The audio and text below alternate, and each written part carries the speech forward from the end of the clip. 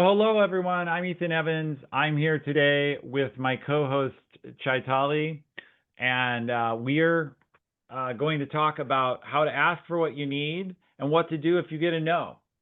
And as a part of that, we're going to do the course in a few parts. We have a little bit of lecture and background information. Then we'll cover some of the other classes we teach on Maven so that you know about them. And then we'll take live questions from the audience by raising your hand in Zoom if we haven't answered your question in the course of the introductory lecture. So a little bit about me in case you don't know me. I'm Ethan. I educated as an engineer. I spent 12 years in various startups, then 15 years at Amazon, where I was a senior manager, built Prime Video, started Prime Video, then was promoted to director, promoted again to vice president, finished my career there. I've been teaching here on Maven and writing on LinkedIn and Substack for the last 5 years. Chaitali, tell us about yourself. All right. Well, I was at Google 15 years. I actually started there as a recent graduate, and in the first 10 years of my time there, I got 5 promotions from L3 recent grad all the way to director, and learned a ton in that. Asking was a very big part of that journey. So this is why this topic is near and dear to me. I have a bachelor's from Mumbai University in India, where I grew up, a master's from the University of Florida here, where I came to the US for grad school, and then more recently an MBA from Berkeley has, again, done it while holding my director role at Google, and it involved asking. And then also a coach, writer, teacher, a working mom. So lots of different facets that I try to bring to, everything that I'm teaching or writing as well. Much earlier in my journey than where Ethan is right now, but learning a ton and trying to share it as well. That's amazing to get to director in 10 years while doing an MBA. So, wow. Thank you. But let me move us on to the next slide here. Thank you so much. Cool. So I wanted to talk a little bit about, why is asking such an important topic? As I said before, it was a really important part of my own career journey. And there are 3 big reasons I saw why it was so useful to me. The first was asking keeps you in charge of your career. Every time I asked for, leading the next design review, for wanting to lead a big meaty project, for even wanting a people management opportunity, I was able to steer my career in the direction I wanted it to go versus assuming that somehow magically my leadership would know what I want and then go in that direction. Asking helped me leverage effectively the sponsorships I got. It can help you leverage your sponsorships effectively as well. One very personal example of this was when my daughter was 6 months old. I had a manager who was really supportive, a strong sponsor, great ally, everything was amazing. I had a work travel and I needed to ship breast milk back home because she was 6 months old. And I asked my manager, can I reimburse this expense? Can I expense it? This would not have been top of his mind at all, even though he was such a strong ally. And because I asked, I was able to get something that, nobody would have thought of except for me because of this need that I had. Asking lets you shape your work-life balance. There have been so many meetings that were at inconvenient times when I wanted to be there and be fully present, but I couldn't do that because it was at a time when I had to do a daycare pickup, or it was at a time that was late night or early morning. And asking for moving such a meeting was a very big deal because it helped me be fully present. It helped me show up and be visible. Ethan talks about executive presence in one of his classes. Again, this helped me build that. And so asking was the start of that journey. All right, let's go to the next slide, Ethan. Cool. How to ask? I want to say there are just 3 points that I talk about, when you're forming your ask. You want it to be clear. Can the person understand what you want? If you are beating around the bush, hemming, hawing, you're expecting this person is going to somehow guess it, don't do that. Ask clearly and explicitly. This is where I talked about being a first-gen immigrant. I came from a guest culture background where it was expected that you would anticipate someone else's needs. And coming to a American corporate culture where you have to explicitly ask was a very big change for me. But it is a skill and you can learn it. It has to be actionable. Can that person do something to give you what you're asking for? If it is very ambiguous and very broad, like, oh, I would like a promotion in 2 years, well, then come talk to me 2 years later and tell me why you want a promotion, right? So it has to be actionable. It also has to be near term. You want it to be no more than the next 3 to 6 months at most. If it's more than that, then it's a very long term ask, and this person's not going to remember it for the time period that you're looking at. So these three are the things I focus on when I make my asks. All right, So Ethan, over I'll to tell you. you, yep. So first, I want to point out one of the reasons that Chaitali and I are collaborating on this is many people, when I talk about how to ask for things, will realize that I have all the advantages. I'm a loud, tall, blue-eyed executive. If I can't ask, should be pretty easy, right? So it's important to realize that you can master this skill and ask for what you need regardless of your background. That said, I love this book, Rejection Proof. Uh, if you don't know this story, the author Jia Jiang, also a Googler, or I'm sorry, he got his wife into Google at the end of the book. That's the punchline. He was leading a startup and he was afraid to ask for more money to run his startup, and he realized that was a fatal flaw.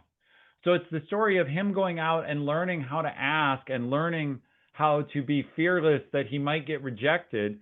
And the other punchline is he found he was rejected very rarely. If you're not a reader, he has content on YouTube and other places that you can watch or listen to. So if reading isn't your thing, there's another method. The second thing I want to talk to you about is what do you do if you get a no? So rejection proof will teach you some about how to avoid a no and some about how to pivot a no. Its fundamental lesson is to ask, well, what could you do or what could we do?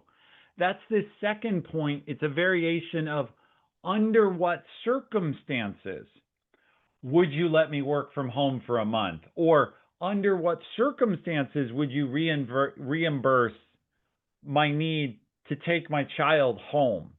And so that turns a yes no into a discussion. And that's a huge pivot where you get people talking about what's possible as opposed to refusing your request. That said, you can also use mirroring to handle a negative response. So mirroring is where whatever they say, you just repeat the last few words back to them and sit silently. So if they say, I'm sorry, I can't let you work from home, you can say, can't work from home, and just they will then elaborate automatically. As opposed to you having to defend the decision or argue with it, they will start to argue with themselves. And so you can let that play out. The last thing is it is possible to do what I call threaten very politely. Now, how do you threaten politely? The key here is to discuss things in terms of your own interest, not as a direct threat. So in a case where you would say something like, if we use this example of wanting to work from home, you would say, well, my flexibility with my family is incredibly important to me, and I perform well in different quiet environments. If that isn't valuable, or if that can't be a consideration in our discussion, I really have to think about what that means for me. And of course, I've never said, hey, let me work from home or I'll quit. But the hint, the overtone of I'm not happy with your answer is there. And that's all you have to convey. You have to convey your answer is not good enough for me, but I'm not challenging on you directly. I'm putting the ball back in your court and telling you I'm going to go think about it. And that works pretty well. It puts the pressure on without you creating a win-lose. Whereas if you tell me, well, you have to let me work from home or I'll quit, now I've confronted you and you can't back down. So you have to say, well, then quit. These are our rules. Whereas if I just hint, it lets you worry about it and you're winning the psychological game. So those techniques come from a book by Chris Voss called Never Split the Difference. You've probably at least heard of this book if you haven't read it.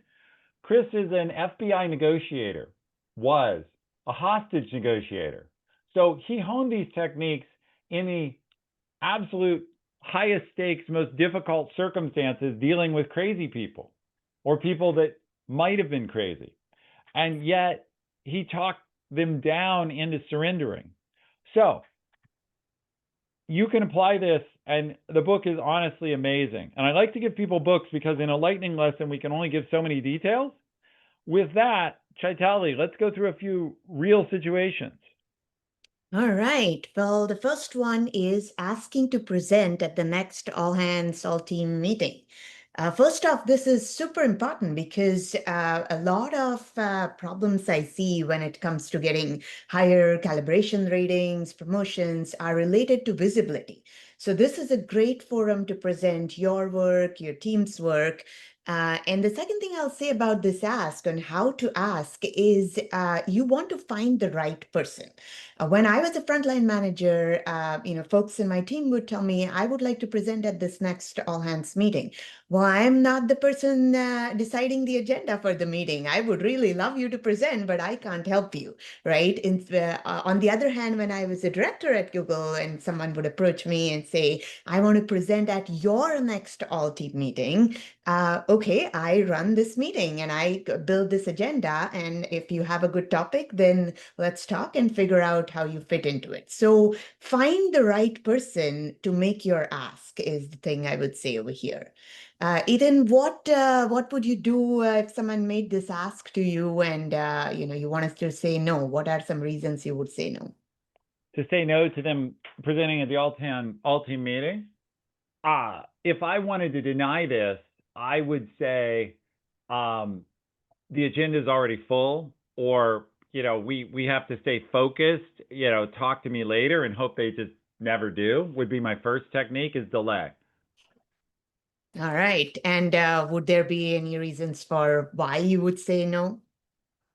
Well, that could be true that we have a tight agenda. The biggest thing, though, I would worry about is, do I know if this person is a good speaker or not? Yeah. Because I see you nodding. If someone is going to lose or bore my whole team, now they're turning my all hands into a negative event. Totally. And that's a disaster, not just for them, but also for me. So when they come to you with this request, and one thing to consider if you're taking this request is to show that you have a great topic and you are a good presenter. That'll really work in your favor to get a yes quickly. And I would Great. say, this applies. If you're ready, I'll go on to the next topic, the next question. Sure. I think this applies to every question here, but I'll exemplify it with this next question. You have to lay the groundwork. Totally. Part of it is making your request well, but part of making your request well is setting up your request with its preconditions so that people can say yes and anticipating what they might need. So if someone who works in an in-office culture wants an exception to work remotely for a month, the prerequisite is they have to have demonstrated autonomy previously, good communication skills, good at keeping status up to date, and they can't have recently screwed something up, right? This is a bad request to make if you've just had some sort of failure because my trust in you is low. And this is where you're looking for a high trust, like, oh, I'm going to trust you to make an exception. So Chaitali suggested I cover this because in my role as an executive, I got a lot of requests like this, and she thought it would be interesting how I evaluate them. And so, if you want to make an ask like this, you have to have two things. One is, why should I allow this for you? Like, why you? And the other is, why should I believe this is an exception I can explain to others? Because one of my worries as a manager is, oh, let's say I tell Jason, my partner, my business partner, he can work remotely. It happens he does, but that's not the point. Um, I then have to worry who else is going to see, oh, well, you let Jason do it. Why aren't you letting me do it? I have to be able to defend that. And so, since we're calling it an exception, I have to be able to explain that you have a sick parent or you completed this exemplary project and it's a special reward for you or whatever it is. So, your ask has to package the reasoning. And so, the way I would ask for something like this is I would say something like, um, I'll pretend Chaitali is my manager. Chaitali, I'd like to talk to you about working remotely from Rome for the next month. As you know, I've just completed Project Foo, and I did that independently under difficult circumstances. So I think you know I can deliver even when I'm not always available for every meeting. The reason I need this exception for Rome is my family is having its 20-year reunion, blah, blah, blah there. So I'm giving a reason why it's special. So I won't go through all of it. And I was making that up on the fly as an example. But those are the key elements. Anything you would add, Chaitali? I think one thing I would say is look also at the logistics, procedural things. Like, does your company even allow someone to work from that country? There might be lockdowns and just inability to work from some geolocations. So saving your manager that fishing expedition of like, I'm going to have to go through a lot of company rule books and find out what works and doesn't is also useful to say, I checked and I have found out that I can do this. This is the three things I'll need to get your approval. Just make it really easy to say yes. Yeah. The other thing that comes classically, if you haven't read it, a great book on some of this is The 4 Hour Work Week. I'm sure many of you have heard of it. They would say, um, frame this as an experiment. You know, could we, if you have the flexibility, say, could we try me working remotely for a month? Look, if it turns out at 2 weeks it's completely not working, I will adjust, right? That's another way to make it safe is I want to make it work for you. I need this from you, but I'm very willing to adjust to what you need, and we can collaborate on it because no one wants to say like, oh, I don't want to collaborate, right? Managers like to be the good person. They like to say yes if they can. Help them say yes. Take the next one. All right. Asking for travel approval to go to an international office location. Now, here I kind of put in the reason already to work with your extended team, but it's also possible you just want to have a good travel experience, right? And blending work. And if you like traveling, then this is something maybe many of you like to do. Um, the same principles that we talked about apply here. You want to make a compelling ask that justifies that the return from this trip to your team, your organization is going to be way more than the expenses that will go into this. You also want to talk about both the short and long-term benefits. Maybe in the short term, it is a project you folks want to work together, immediately launch, and the in-person collaboration will help. But in the long term, in-person connections help a lot. Like when you have met someone in person, later connections over Zoom call are much easier, and you have that rapport with each other. So that is something you can put forward forward and say that this approval is not just for the here and now, but it is also something that'll pay off for, many months or even years to come. So I 100% agree with your approach to asking. I'm going to just share with people another idea that may bend your brain a little bit, but be worth it, which is it also may be worth it to propose that you will do all the paying yourself. You might think like, oh, I don't want to do that. Well, that's true. But sometimes when I talk to people who are blocked on collaboration and they're struggling to make progress or they want to get deeper with their team, it can, depending on where you work and what you make and your life, it may be a great expense to tell your manager, hey, I know our policy right now doesn't allow international travel. I want to make this happen. So I'm letting you know I'm going to fly there myself to meet with the team. It's a way to signal above and beyond dedication that people will remember.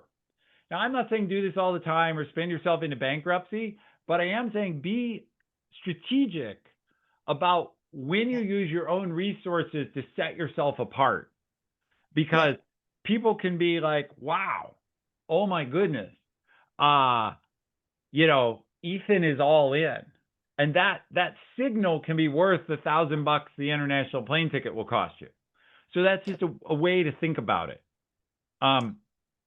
So we have a couple more of these. Then we're going to take your live questions.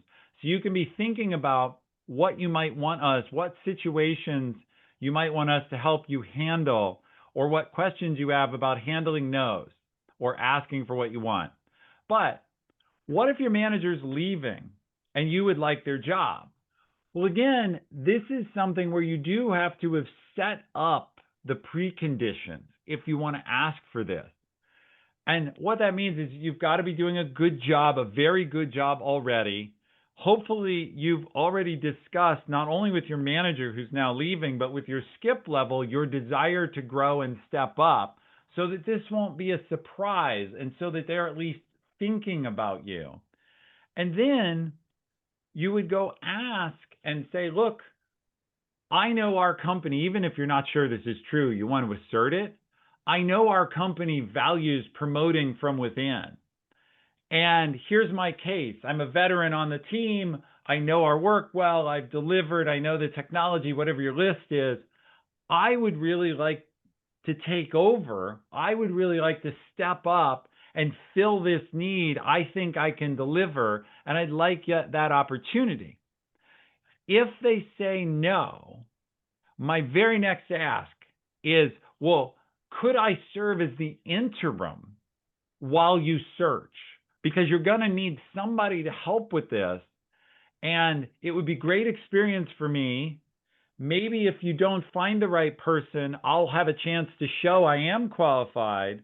And of course, you can always move me aside if it's not working out. So I think it's safe for you. And that's a way to remember, you're trying to help your manager feel like they can't lose by enabling this. The other thing you really would like in this situation is to have built a relationship with your manager where on the way out, they're recommending you and saying, oh, Ethan's my succession plan. You should totally put him in this role. Again, that requires that you do work in advance. So a lot of these requests take some planning. Chaitali, what would you add? I think the one thing I would add over here is asking your manager periodically what their, career plans are. Again, like Ethan pointed out, this requires a lot of trust that you build over many different interactions, whether it's delivering high impact projects or just having a better connection with your manager. But where that helps, I talk about this as social capital in my course, and where that helps is if you have enough of it, you can be prepared for this event. You will know a lot more in advance than, on the day your manager is leaving. So like Ethan said, you can be a bit more prepared and have that set up as their successor. All right. We'll take the last one and then we'll go to live questions. All right. Well, asking another team to prioritize your team's request. I often see this in when you are part of a larger infrastructure and you are handling one of the components, but you depend on another. It is an art and a science. You have to have the data to back your request and talk about why this is more important than whatever they are doing, but you also need empathy and curiosity. You want to spend time understanding what is that other team doing. To be able to make your request in a more compelling way. If you have just gone in there trying to steamroll them into taking the request, you go in with waving a mandate, hey, our VP said this, and that's why you need to prioritize my request. Many times I've found that doesn't go that far. What goes very far is really understanding what they do, what they're planning to do, and then trying to fit in your request into their list. That is also a more long-term collaborative solution, though it does require some legwork. Yeah. And I don't want to spend a lot of time adding to this. It is this is a negotiation. It's so common. You need to understand what their priorities are, what you can offer them.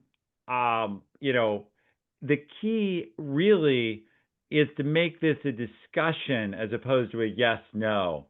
To try, and that's true with a lot of these, which is anytime you can get your counterpart to engage in collaborative problem solving with you as opposed to positional bargaining, that's what you're trying to do. And that's why this question of under what circumstances or how could we is so much more powerful, because there's always some answer. How could we? Well, if I had 10 more headcount. Well, if my other things were deprioritized. There's always some answer for how they could collaborate. And then you start working on how do you make that possible. All right. So, Chaitali, before we go to questions, tell us a bit about your upcoming class. Yeah, so the next cohort starts on July 25th, coming up close towards the end of this month. I talk a lot about asking is one of the things in this course, but also about all the other ingredients you need to really grow in your career. So this is about getting the ratings, recognition, and sponsorship you deserve. And we go much deeper into asking and related concepts around that. What would you say? She's not been prepped for this question, so she'll get this cold. What All would you right. say is the fundamental problem your course solves for somebody? Like if I have a problem, what problem will go away as a result of this? I think a lot of high performers, even today, believe that if I just do great work, others will notice and help me get ahead. And that is unfortunately not true. There is a lot of thought and intention you have to put behind it. And even the type of work you do, the more senior you get, the more glue work you do. So representing it and conveying the impact and importance of it is an entirely different game. So I think the one problem this course helps solve for you is making your work visible and claiming the credit you deserve. And I think you're absolutely right. One of the most common problems I see in my coaching is people don't get recognized. They think they have a job strategy I call work hard and hope to be noticed. And that is a terrible job strategy. Totally. Okay. So now it's my turn. Because I'm from Amazon, I ran a Prime Day sale. Prime Day goes through tomorrow night. So everything I do is on discount if you want. Jason will put all of this in chat if you just want the links. I teach 3 classes, 2 of them with co-instructors. The first one is with Jason. We're teaching for the first time a class on how to get promoted faster, and it's aimed at the mid-career. So you don't have to be a senior executive for this. This is about how the strategies to grow quickly and get promoted, which complements what Chaitali does. She's focused on recognition and sponsorship. We're focused on personal execution and mechanics. my most well-known class, if you know me at all, you know I teach this, is how to break through to executive. This is really, you're stuck at senior manager or somewhere like that. You want to get to the next level, you want to really move up. I teach this on sale through tomorrow. Last one uh, is the C-suite course. You actually want a CXO title. You want to be chief product officer, chief technical officer, things like that. This is my executive coach, Sue Bathanis, who coached me when I was at Amazon. We teach together on how to get all the way to the top. And that's a small cohort class. All right, so enough of that. We're going to kill the screen share. We're going to ask you to raise your hand in Zoom, and in the order they show up, we'll take a few live questions.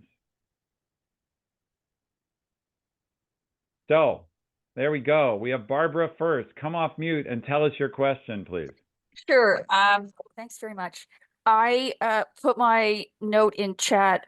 I asked twice, two different employers, both nonprofits, in case that matters, to go to international conferences for items that were exactly in my wheelhouse, things that I was responsible for.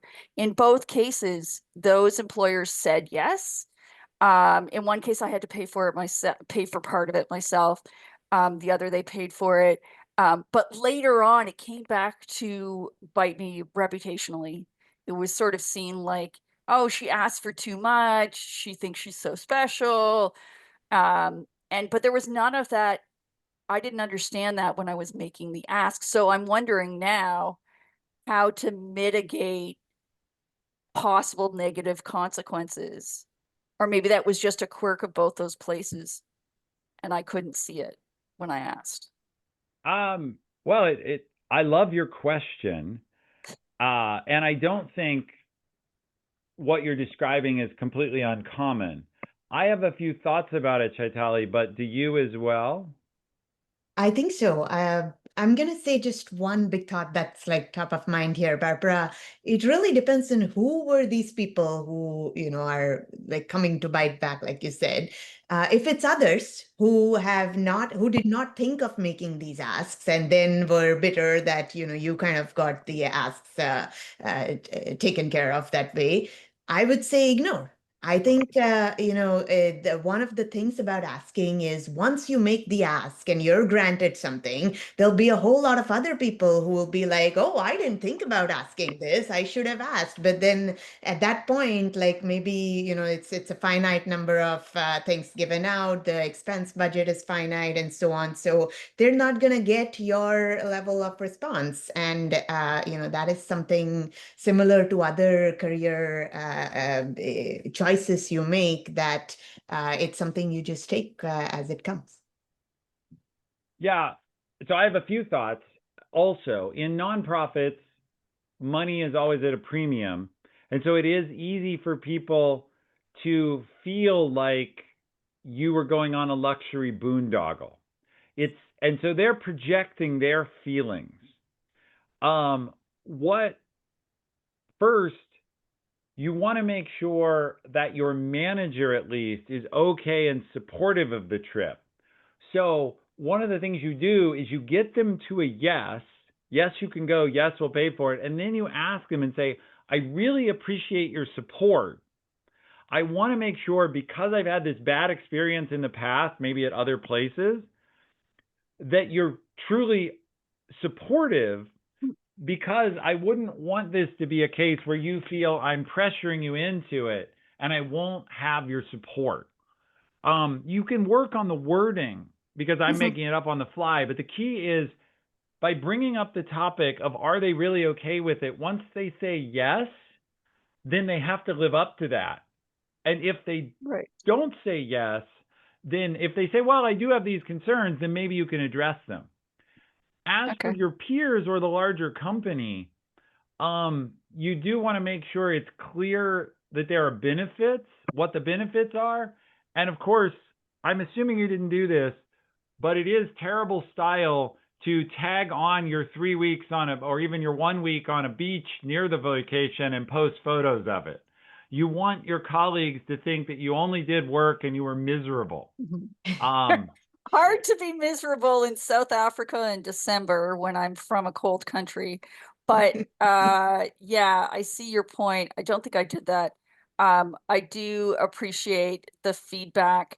And I did ask to present to stakeholders at the most recent iteration of this problem. And both times it turned out it was just a known unspoken thing that us neurodiverse people don't always understand, that like you don't go any farther than downtown Toronto unless you're, and I was very close to the top. I was like chief legal officer or head clinical director or whatever. I was asking, my bosses were the people who had the yes, no. Anyway, Well, so thank you yeah, so so much. that's that key of asking the question, is this okay with our organization? Like, having been burnt, you can do that. Yeah. Elsa. Hi, thank you so much. My question was posted in the chat, and I thank everyone for the feedback. I've been at the company that I work for 10 years, and obviously revenue isn't greatest right now, but I happen to calculate what I have saved in sales retention, collections, putting rules in our payment processing system to catch fraudulent charges, decreased chargebacks by like 40% within the last year. I've saved the company a lot. I've found, affiliate fraud, all these things, right?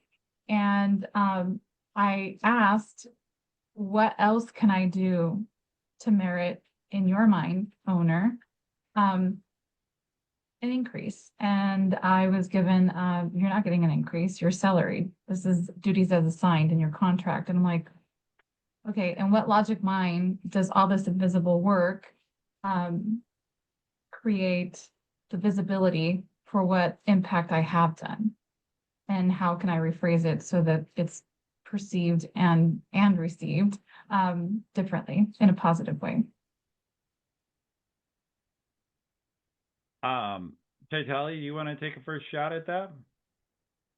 Sure. I think so. One thing I will say, I'll put another plug for the book Ethan recommended. The Chris Voss book actually talks about salary negotiation as, I think, a pretty. It's like a whole chapter in there. So highly recommend that. One thing I'll say, Elsa, to your thought is, we talked about what to do when you get a no. And there are lots of things, you have been trying some of those to try and turn that no into a yes. One thing I would add is beyond a certain point, after you have tried many different things and approaches, maybe a no is really a no, and it is just not possible to, either give you that increase, in other cases, give a promotion, whatever else that is. And that is where I feel, the no has been helpful to me in the past as also a signal where, is my value not recognized? And is it not taken to the worth it should be? At that point, I need to be ready to follow my backup plan as well. Like Chris talks about it in his book as well. The best what is it called? Best alternative to a Yeah, best negotiated alternative. agreement. Thank you. So yeah, so I think that is what I would think of over here. I think Ethan probably has more tips on directly what other things you could try, but I want to talk about like that there is a scenario in which you might just have to say, I've tried everything and it's just not possible to get that increase here. Yeah, the way you portrayed it, it definitely feels like the leader was unreasonable and also a bit of a jerk. And that is a signal that maybe you need to exercise your right to go work for more supportive leadership, because the basic equation here is I'm bringing outsized value above and beyond to you, and I have a right to participate in some of that value. And if you don't want to value me that way, someone else will. Now, that does require that you be willing or able to take the risk to shift, but otherwise you're a hostage. And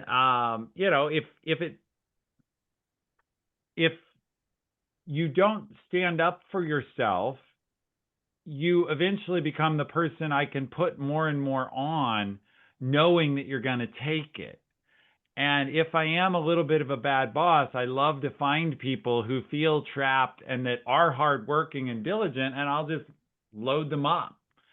So I think the only thing I can say specifically about the topic in this class of how to ask differently is it's better to do some of that asking before you do all the work and say, look, I've been delivering a number of things that save us money. You can assert they're beyond my usual work or the minimum for this role.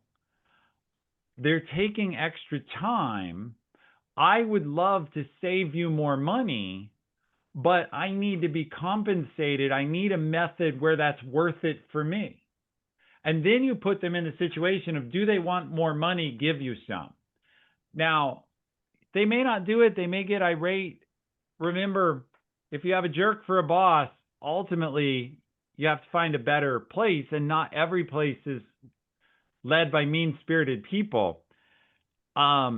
Particularly, even some of the mean-spirited ones are selfish enough to want what you're going to give them, so they're willing to pay more to get it. And so with that, we want to keep the lesson to a short amount of time. I'm going to quickly just put up, where did this go? Our contact information so that you can find us. And so if you want to find Chaitali, you can find her at any of these places, chaitime.ai, read chaitime.ai. I love, by the way, the Chaitime thing. I think very clever. Thank you. And of course on LinkedIn, which we put those links in chat. And then kind of the same thing for me. I'm Ethan Evans VP on LinkedIn, ethanevans.com, incredibly easy to find. And so love to hear from some of you in the future. And thank you all for your time and attention today. Thank you. Thank you.